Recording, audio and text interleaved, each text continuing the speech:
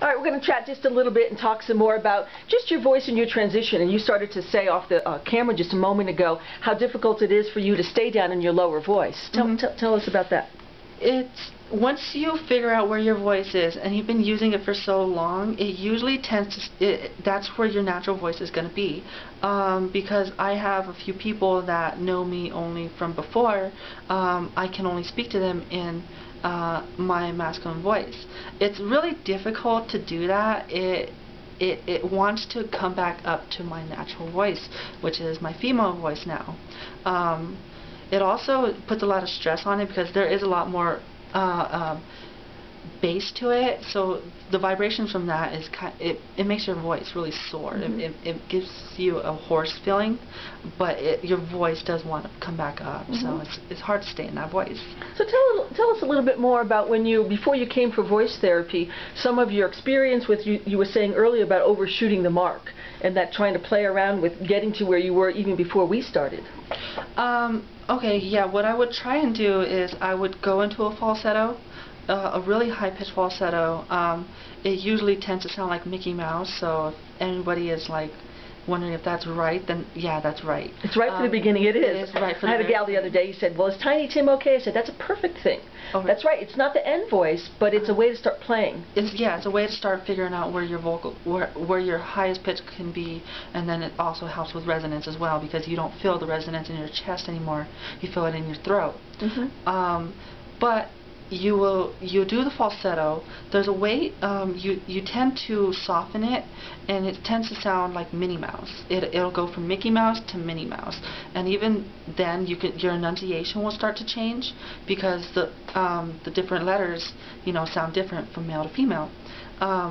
But once you get to that point, you can kind of soften it and bring it down slowly, slowly, and it'll eventually, find where it needs to be.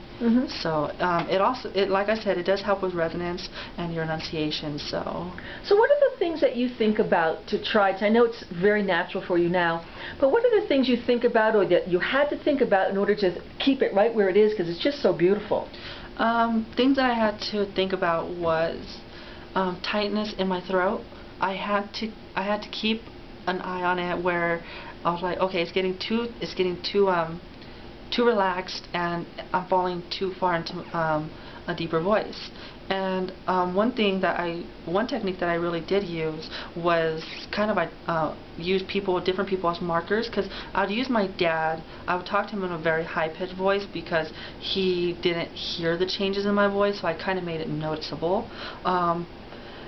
And then people like at work, like customers, I tend to do a very high-pitched feminine voice, so it's less threatening. The male voice would sound a little bit more direct. I would use the customers. So that really does help keeping you, if you get too low or somewhere where you notice that your voice is starting to slip, you can bring it right back up to it and then hold it there. So that's a few things that I thought about when I was starting my transition. How about the phone? Do you ever get CERT on the phone? I never get CERT on the phone. If anything, I always get mad. I always get mad. Is there anything you do on the phone to make sure that your read is feminine? Not necessarily. Same thing I do with the customers. I do the same thing over the phone. So it's like I said, it's a high-pitched female feminine voice. I kind of overshoot it.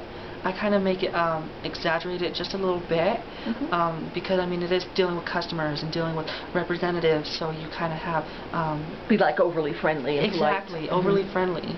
So that would usually help. So good, nice job.